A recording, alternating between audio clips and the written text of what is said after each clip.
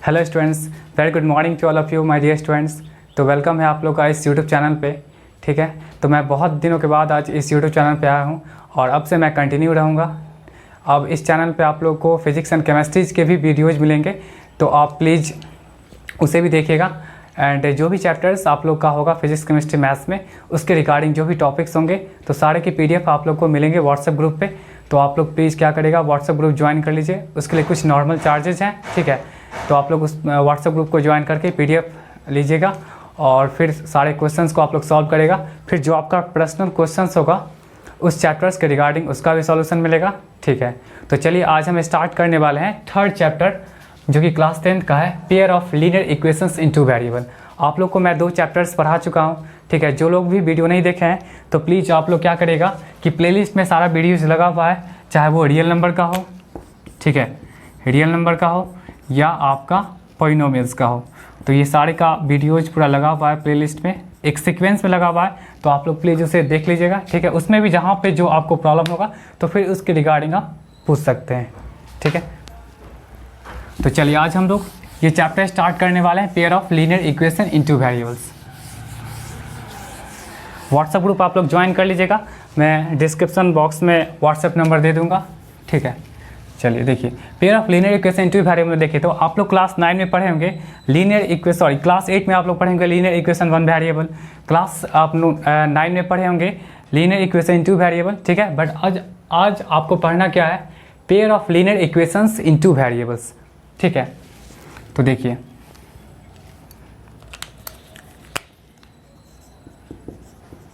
Linear equation in 1 variable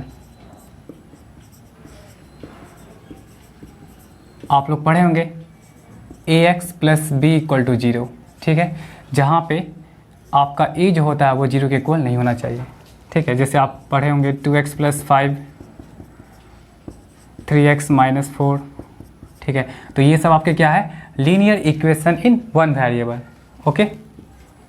next linear equation in 2 variables.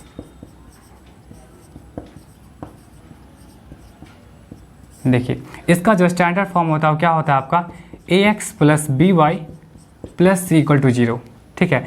ये आपका standard form हुआ, जहाँ पे आपका क्या होगा कि a square plus B square, इन दोनों का सम जो होगा वो 0 के इक्वल नहीं होगा। ये दोनों का सम 0 के इक्वल तभी हो सकता है, ये बात हमेशा ध्यान रखिएगा कि ये दोनों का सम 0 के इक्वल तभी हो सकता है, मतलब a square plus B square equal to 0 तभी हो सकता है जब a इक्वल टू 0 और b इक्वल टू b0 का तभी हो सकता है। अदरवाइज किसी भी वैल्यू के लिए आपका 2 नंबर का स्क्वायर का सम 0 नहीं हो सकता है, ठीक है। तो a square plus B square is not equal to 0, इसका मतलब ये हुआ that is simultaneously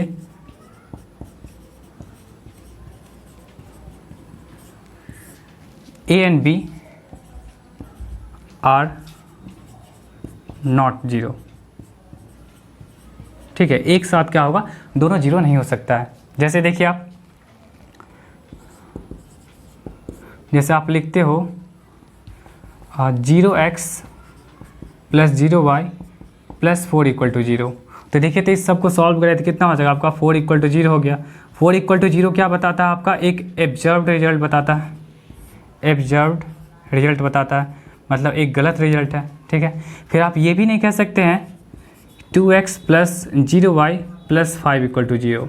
linear equation तो है बट कितने वेरिएबल का, आपका एक वेरिएबल का, 1 वेरिएबल,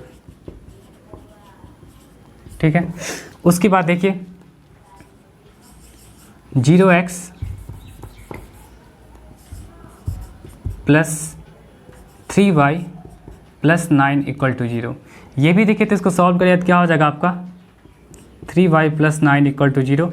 ये भी कैसा है, 1 वेरिएबल का, ठीक है। तो ये सब क्या हुआ कि जब भी अगर आपका क्या होगा लीनियर इक्वेशन 2 वेरिएबल होगा तो a ये जो आपका कोएफिशिएंट है, फिर b फिर c, ये सब क्या हो जाएगा आपका एक रियल नंबर से बिलोंग करेगा। लेकिन हमेशा ध्यान रखिएगा कि ये दोनों क्या होगा, 0 नहीं हो सकता है, ठीक है। आप ये एग्जांपल दे सकते हैं, देखिए ये लीनियर इक्वेशन 2 वेरिएबल हो जाएगा 2x plus 3y equal to 0, plus 0 equal to 0, ये आपका लीनियर इक्वेशन टू वेरिएबल होगा, ठीक है। बट ये सब क्या होगा, ना ही ये हो सकता है, ठीक है, ना ही ये हो सकता है और ना ही ये हो सकता है, ये सब आपका लीनियर इक्वेशन टू वेरिएबल नहीं है, ठीक है। तो चलिए इसको नोट कर लीजिए आप लोग।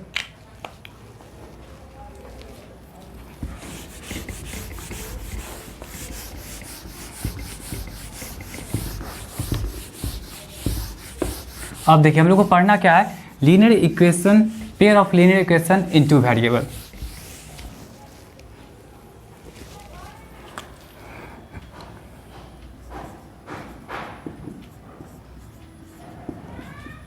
Pair of linear equation in two variable.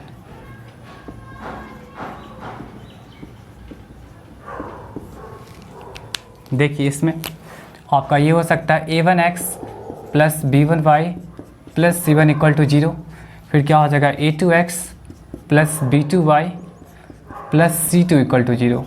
जहाँ पे आप लिख सकते हो a1 का स्क्वायर प्लस b1 का square is not equal to 0, फिर यहाँ पे आप लिख सकते हो a2 का स्क्वायर प्लस b2 का square is not equal to 0, ठीक है, ये चीज़ है। चलिए नेक्स्ट हम लोग देखते हैं क्या, methods। methods to solve pair of linear equation।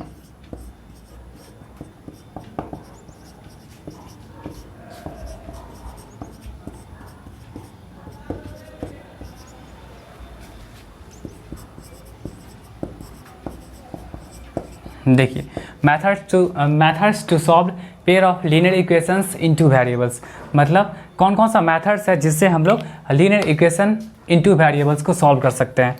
तो देखिए फर्स्ट जो आपका होगा ग्राफिकल मेथड होगा, ग्राफिकल मेथड,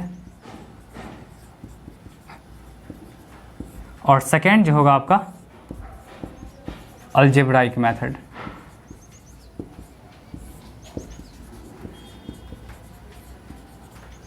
ठीक है, फर्स्ट आपका कौन सा मेथड हो जाएगा, ग्राफिकल मेथड, सेकंड आपका क्या हो जाएगा, अलजेब्राइक मेथड, ठीक है। तो चलिए इसको नोट कर लीजिए और फिर हम लोग देखते हैं ग्राफिकल मेथड को।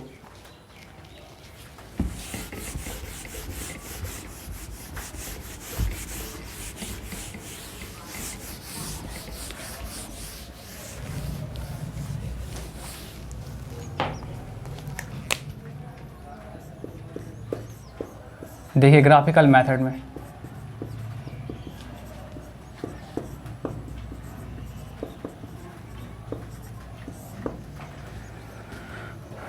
इसमें देखिए केसेस बनेगा, केस फर्स्ट देखिए तो पैरेलल लाइंस के लिए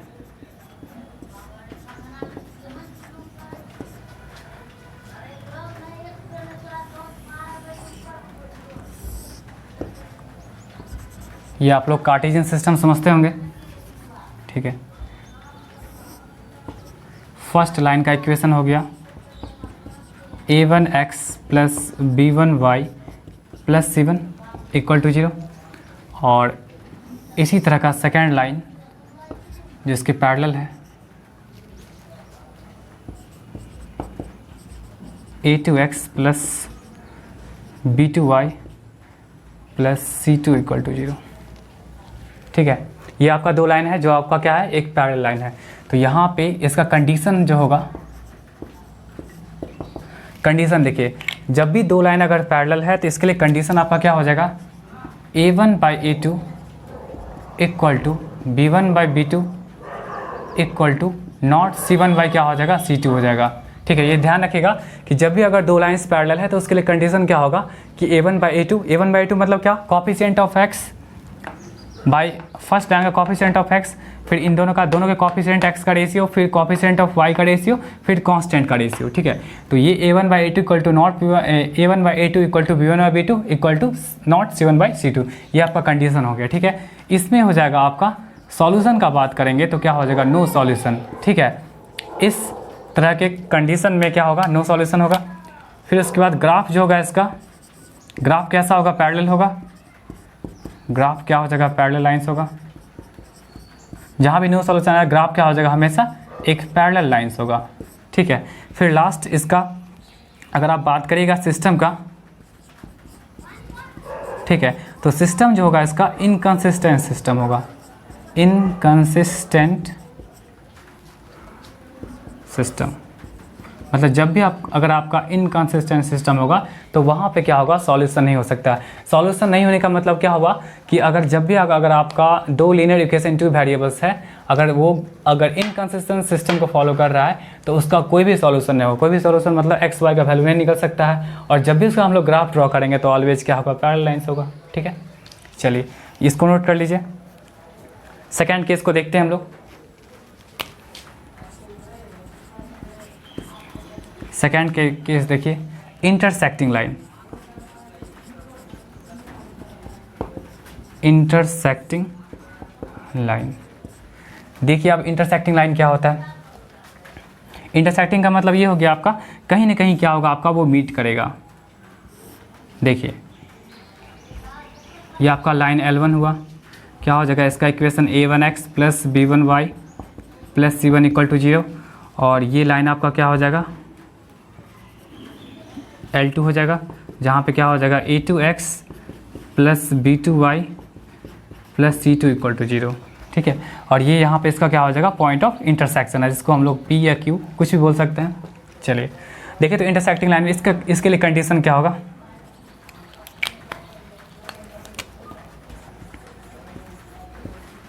इसके लिए कंडीशन ये हो जाएगा कि आपका a1 by a2 is not equal to क्या हो जाएगा, b1 बाई b2। ये ध्यान रखिएगा इसमें कि a1 by a2 equal to not b1 by b2 है, ये इसके लिए कंडीशन है, ठीक है। चलिए नेक्स्ट आते हैं हम लोग इसके सॉल्यूशन पे। सॉल्यूशन जो उसका हो जाएगा एक यूनिक सॉल्यूशन होगा। यूनिक सॉल्यूशन मतलब कि x एंड y का जो वैल्यू होगा वो एक यूनिक होगा, ठीक है। यूनिक सॉल्यूशन मतलब इसको बोल सकते हो आप ओनली वन सॉल्यूशन। क्लियर यहाँ तक। चलिए नेक्स्ट देखिए, अगर हम ग्राफ का बात करेंगे तो ग्राफ क्या हो जाएगा, इंटरसेक्टिंग। जहाँ भी यूनिक सॉल्यूशन होगा या ओनली वन सॉल्यूशन होगा तो वहाँ आप लोग हमेशा ध्यान रखिएगा कि ग्राफ क्या हो जाएगा, एक इंटरसेक्टिंग लाइन होगा। इंटरसेक्टिंग लाइंस, ठीक है। और सिस्टम का जब बात करेगा आप लोग, जब भी आप लोग सिस्टम का बात करेगा तो सिस्टम कैसा हो जाएगा, कंसिस्टेंट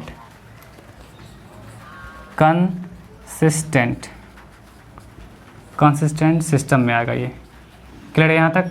चलिए इसको आप लोग नोट कर लीजिए। थर्ड केस आते हैं हम लोग कोइंसिडेंट लाइन का।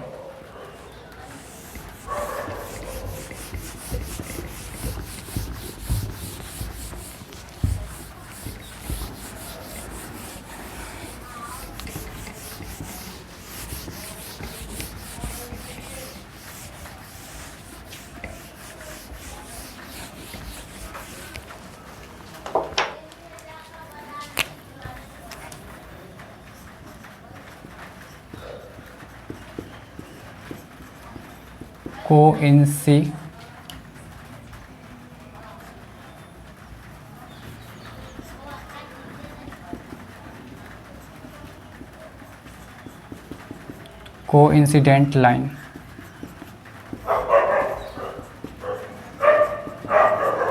देखिए कोइंसिडेंट लाइन का देखिए तो कंडीशन क्या हो जाएगा इसमें ये हो जाएगा कि अगर आपका ये कार्टेशियन सिस्टम है, ठीक है, तो कार्टेशियन सिस्टम यहाँ पे जो है तो इस केस में क्या कर सकते हैं आप लोग, ऐसे एक लाइन हुआ, ठीक है, लाइन L1, और इसी पे क्या होगा, दूसरा लाइन होगा, ठीक है, इसी पे दूसरा लाइन होगा, इसी पे दूसरा लाइन होगा जो एग्जैक्टली कवर करेगा। तो लाइन L1 आपका हो जाएगा a1x plus b1y plus c1 equal to 0, और लाइन 2 क्या हो जाएगा a2x plus b2y plus c2 equal to 0, ठीक है। देखिए अब इसके लिए कंडीशन आपका ये हो जाएगा कि a1 बाई a2 का जो रेशियो होगा वो b1 बाई b2 के इक्वल होगा, फिर क्या हो जाएगा c1 बाई c2 के इक्वल हो जाएगा। मतलब इसमें सारा रेशियो क्या हो जाएगा आपका, इक्वलिटी को शो करेगा। नेक्स्ट देखिए सॉल्यूशन कैसा होगा, सॉल्यूशन इनफाइनाइटली मैनी सॉल्यूशन होगा, इनफाइनाइटली मैनी सॉल्यूशन, ठीक है। उसके बाद ग्राफ कैसा हो जाएगा, कोइंसिडेंट, कोइंसिडेंट लाइन। उसके बाद अगर आप सिस्टम का बात करेंगे, ठीक है, सिस्टम का यहाँ पे आप अगर बात कर रहे हैं तो सिस्टम में क्या हो जाएगा, कंसिस्टेंट सिस्टम, कंसिस्टेंट सिस्टम, ठीक है। चलिए इसको नोट कर लीजिएगा। चलिए अब कुछ क्वेश्चंस देते हैं तो देखिएगा कौन कौन से कंडीशन को फॉलो करता है और उसके बेस पे आप बता सकते हो वो क्वेश्चंस को। इसको नोट कर लीजिएगा।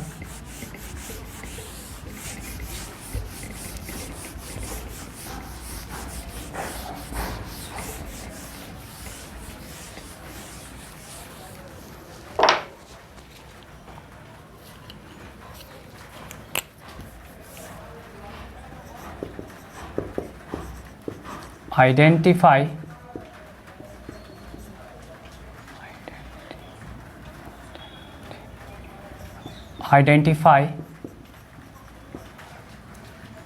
the system of equations.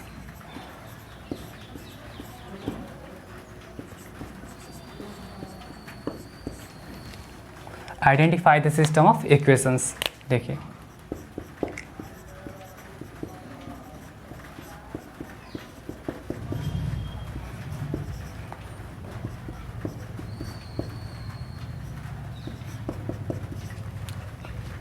देखिए कुछ क्वेश्चंस है जहाँ से आप सॉल्व कर सकते हो, बता सकते हो कि कौन सा सिस्टम होगा।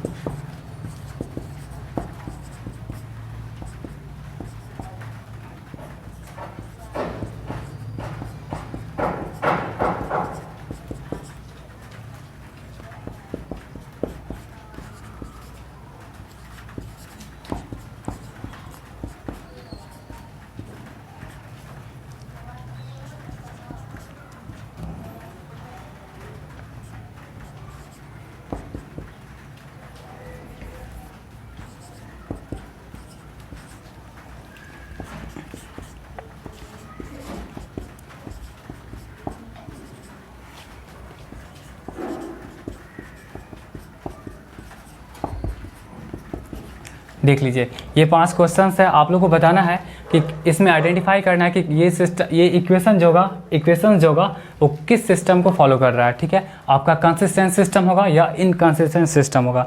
तो उसके लिए हमको करना क्या पड़ेगा कि सारे के कोफिशिएंट्स को, मतलब coefficient of X and coefficient of Y, इन सबों को क्या करना पड़ेगा, देखना पड़ेगा, ठीक है, कि किस तरह का रेशियो दे रहा है वो। तो देखिए तो इस वाले क्वेश्चन में सबसे पहले क्या दे रहा है, ये 2/4 = 3/6 = not 5/7। देख लीजिए, है ना। 2/4 का मतलब कितना होता है आपका 1/2, फिर इस 3/6 का मतलब कितना होता है आपका 1/2, और इसको अगर आप और सॉल्व करिएगा तो कितना हो जाएगा, देखिए तो कट के कितना आ जाएगा 1/2, ये कितना आ जाएगा, ये भी 1/2, और ये इज नॉट इक्वल टू 5/7। तो इस तरह का जब भी होगा तो हम इसको क्या बोल सकते हैं कि ये इनकंसिस्टेंट सिस्टम होगा, ठीक है। ये कौन सा सिस्टम होगा, इनकंसिस्टेंट। ये कौन सा सिस्टम होगा, इसको आप बोल सकते हो इनकंसिस्टेंट सिस्टम। क्लियर है। जब इनकंसिस्टेंट सिस्टम होगा तो इसके पास क्या होगा, कोई भी सॉल्यूशन नहीं होगा, नो सॉल्यूशन, ठीक है। चलिए सेकेंड को देखिए तो सेकेंड में यहाँ पे क्या बोल रहा है कि 4/5 इज नॉट इक्वल टू, पहले ही क्या हो गया -3/6।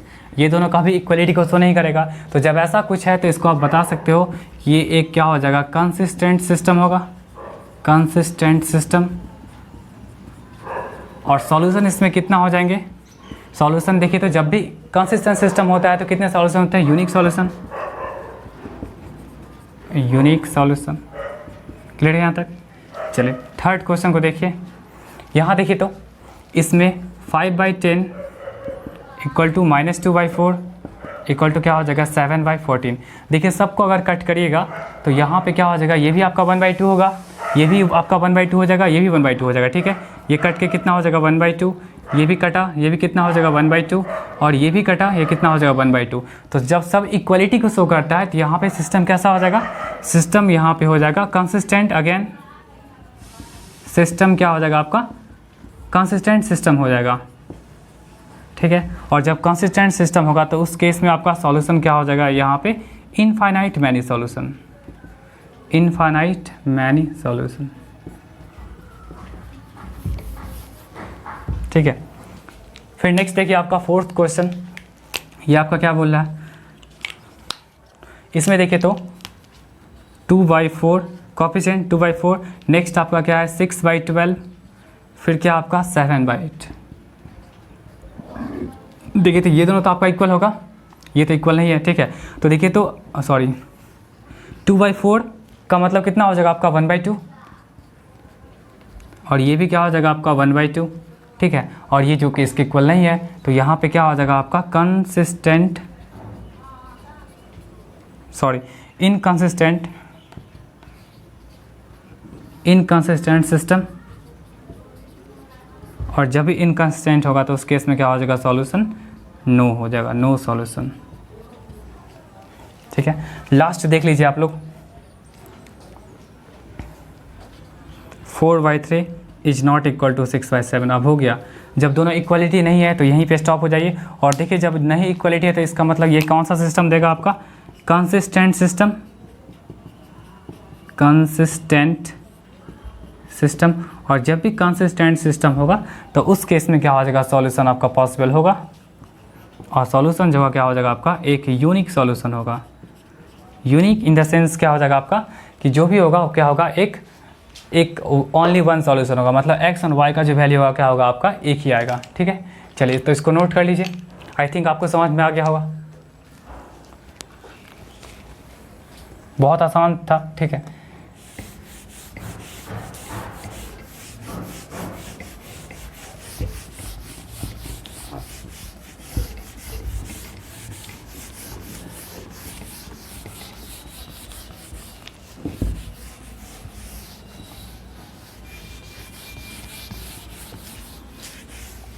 चलिए नेक्स्ट क्वेश्चन देखिए तो इस तरह का भी क्वेश्चन हो सकता है।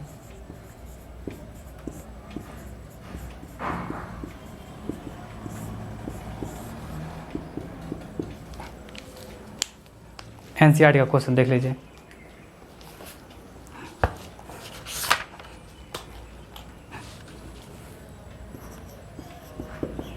राइट इक्वेशन ऑफ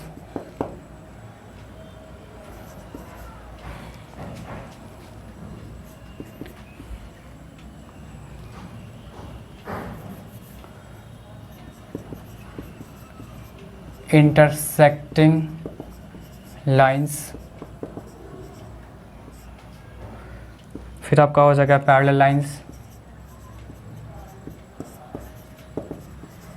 और फिर आपका हो जाएगा कोइंसिडेंट लाइन।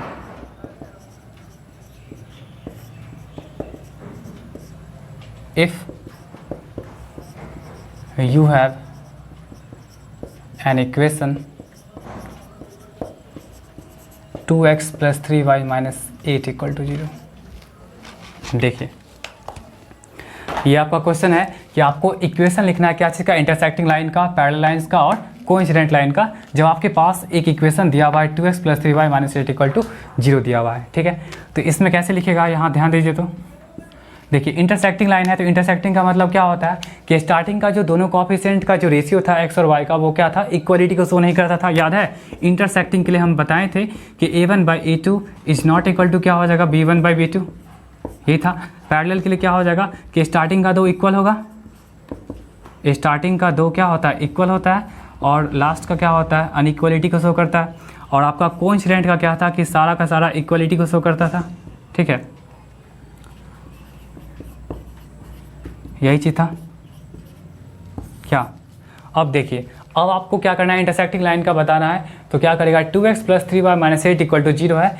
तो देखिए 2x + 3y - 8 = 0, ये आपके पास है गिवन इक्वेशन, ये आपके पास गिवन इक्वेशन है। तो इंटरसेक्टिंग के लिए आ जाइए, आई फॉर इंटरसेक्टिंग, ठीक है।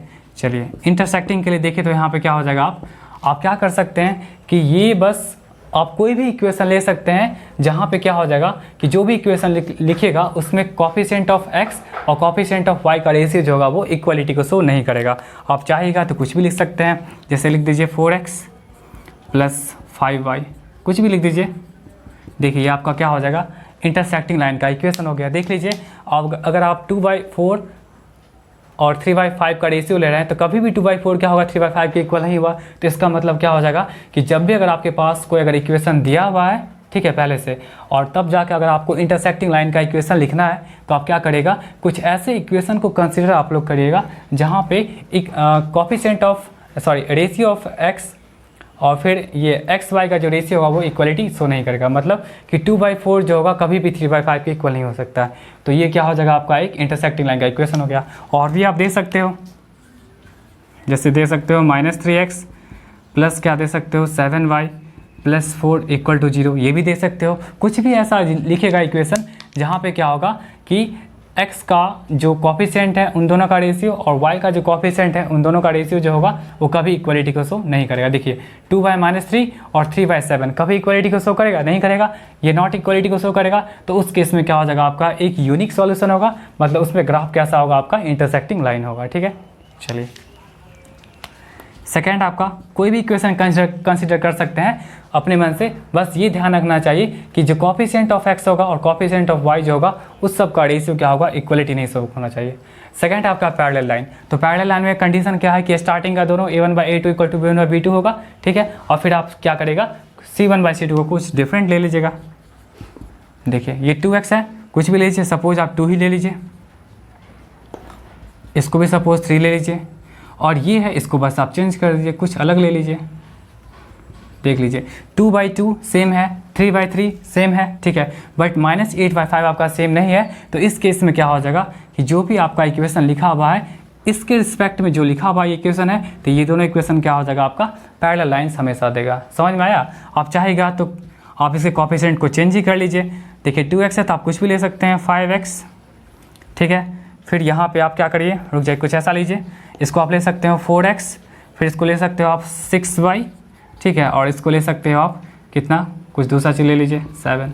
देख लीजिए 2/4 का मतलब कितना हो जाएगा आपका 1/2, फिर 3/6 का मतलब कितना हो जाएगा 1/2, ठीक है, और फिर -8/7 क्या होगा, इक्वलिटी को नहीं शो करेगा। तो इस तरह से हम कह सकते हैं कि इस इक्वेशन के रिस्पेक्ट में ये जो आपका इक्वेशन लिखा हुआ है वो क्या हो जाएगा, दोनों इक्वेशन क्या शो करेगा, आपका एक पैरेलल लाइन को शो करेगा जहाँ पे उसका सॉल्यूशन नो सॉल्यूशन होगा, ठीक है।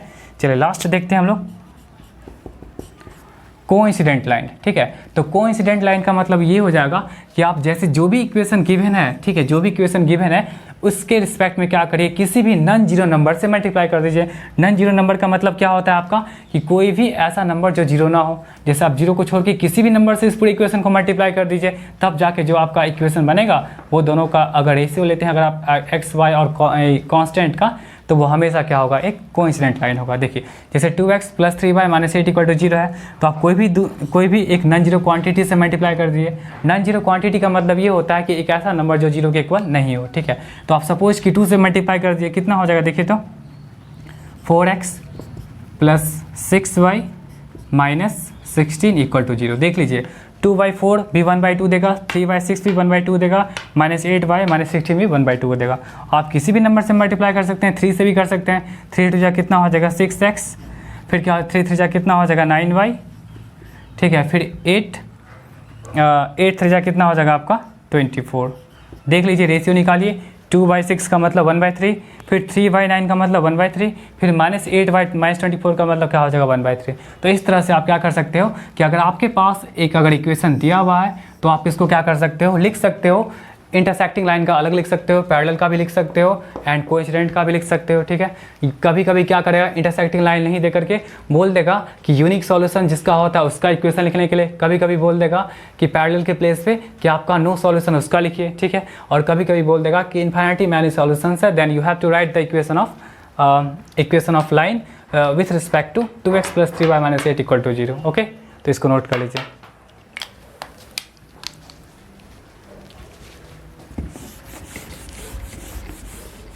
जो भी आज मैं टॉपिक्स पढ़ा रहा हूँ सबका PDF लगा दूंगा, तो प्लीज़ आप लोग PDF डाउनलोड करके क्वेश्चंस बनाइएगा, और जो उसमें प्रॉब्लम्स होगा तो आप लोग प्रॉब्लम्स फ्रिक्वेंटली पूछ सकते हैं।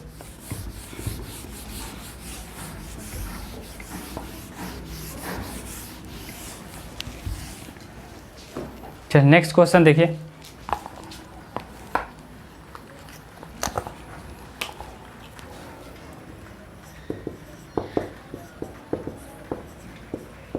Find K for which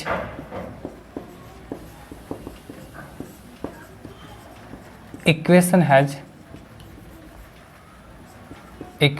have unique solution. Unique solution का मतलब क्या हो जाएगा, a1/a2 equal to not b1/b2, ठीक है, ये ध्यान रखिएगा।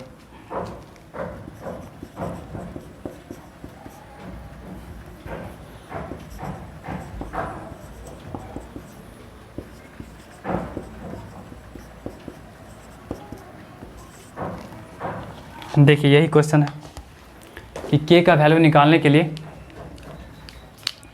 तो देखिए यहाँ पे कैसे इसको सॉल्व करेंगे। सॉल्व करने के लिए हमको पहले एक बात हमेशा ध्यान रखना पड़ेगा कि फिर से देख लीजिए, जब भी यूनिक सॉल्यूशन होगा, मतलब यूनिक सॉल्यूशन होगा, ठीक है, तो उसके लिए क्या होता है, a1/a2 is not equal to b1/b2, ठीक है।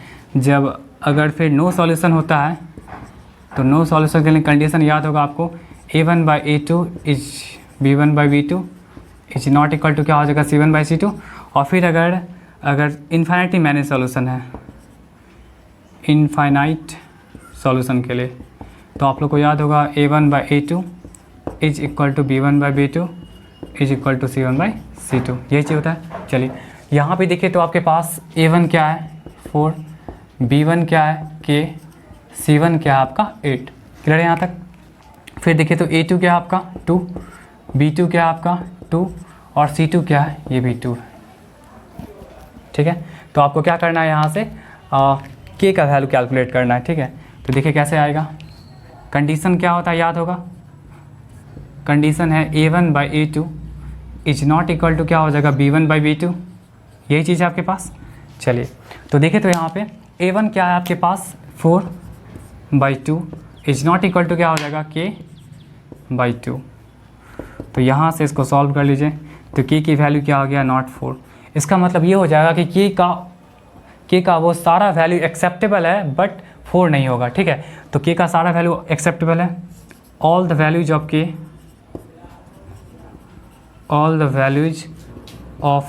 k आर एक्सेप्टेबल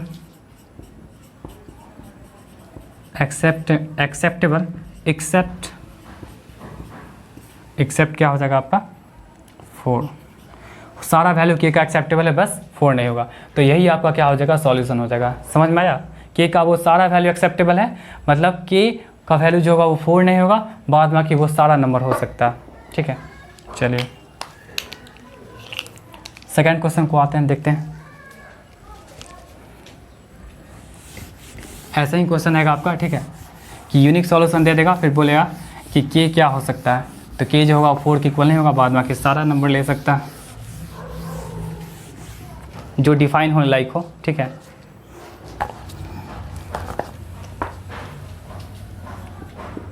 दूसरा क्वेश्चन देखिए,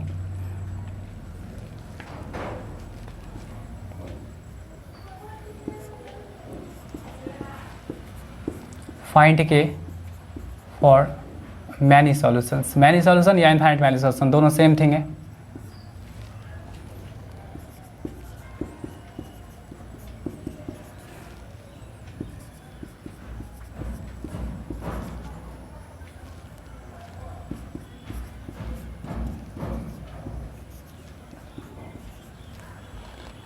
देखिए यही क्वेश्चन आपका, देखिए इसको कैसे बनाएगा।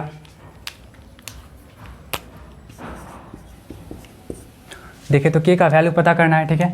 तो आप यहाँ से फिर लिखिए a1 इक्वल टू 2 हो जाएगा, b1 इक्वल टू कितना 3 हो गया, और c1 इक्वल टू कितना हो जाएगा 4। फिर उसी तरह क्या हो जाएगा, a2 इक्वल टू कितना हो जाएगा, देखिए तो k+2, b2 क्या हो जाएगा आपका 6, और c2 क्या हो जाएगा यहाँ पे 3k+2। अब कंडीशन क्या होता है, कंडीशन जो होता है इन्फिनिटी मैनी सॉल्यूशंस का, कि सबको इक्वेट करते हैं, मतलब a1/a2 इक्वल टू क्या हो जाएगा b1/b2 इज इक्वल टू क्या हो जाएगा c1/c2 हो जाएगा। ठीक है, तो अब जहाँ जहाँ जो वैल्यू उसको प्लेस कर दीजिए 2/k+2 इक्वल टू क्या हो जाएगा आपका 3/6 इक्वल टू क्या हो जाएगा आपका 4/3k+2। तो यहाँ से देखिए तो किसी को भी इक्वेट कर सकते हैं k का वैल्यू निकालने के लिए, चाहेगा तो आप इसको इससे इक्वेट कर लीजिए। ठीक है, क्योंकि सब इक्वलिटी को शो कर रहा है, तो इसको इक्वेट कर लीजिए। कितना हो जाएगा आपका 3k+6 इक्वल टू 12। तो यहाँ से 3k की वैल्यू क्या हो गया 12 - 6 विच मीन 6। ठीक है, तो यहाँ से आप एक स्टेप और लिख सकते हैं k की वैल्यू क्या हो गया 2 आ गया। अब देखिए ये जो वैल्यू निकला है क्या इसको सेटिस्फाई कर रहा है कि नहीं। तो देखिए तो यहाँ पे रखिएगा तो 2 + 2 क्या होगा 4, तो 2/4 क्या हो जाएगा 1/2, ये भी आपका 1/2 देगा। और यहाँ रखिए 3 × 2 = 6 और 6 + 2 कितना होगा 8, तो 4/8 क्या हो जाएगा 1/2 होगा। ठीक है, तो ये आपका सेटिस्फाई कर रहा है k का वैल्यू 2।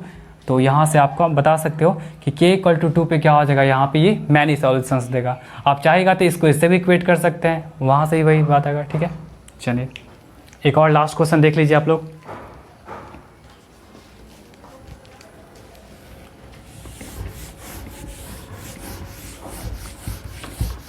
अब इस टॉपिक्स पे जो भी क्वेश्चंस होगा सब हम PDF में लगा देंगे। ठीक है, आप लोग वहाँ से उसको डाउनलोड करके और फिर देख सकते हैं,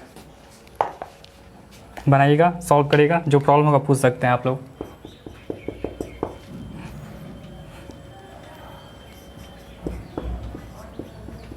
for no solution find k।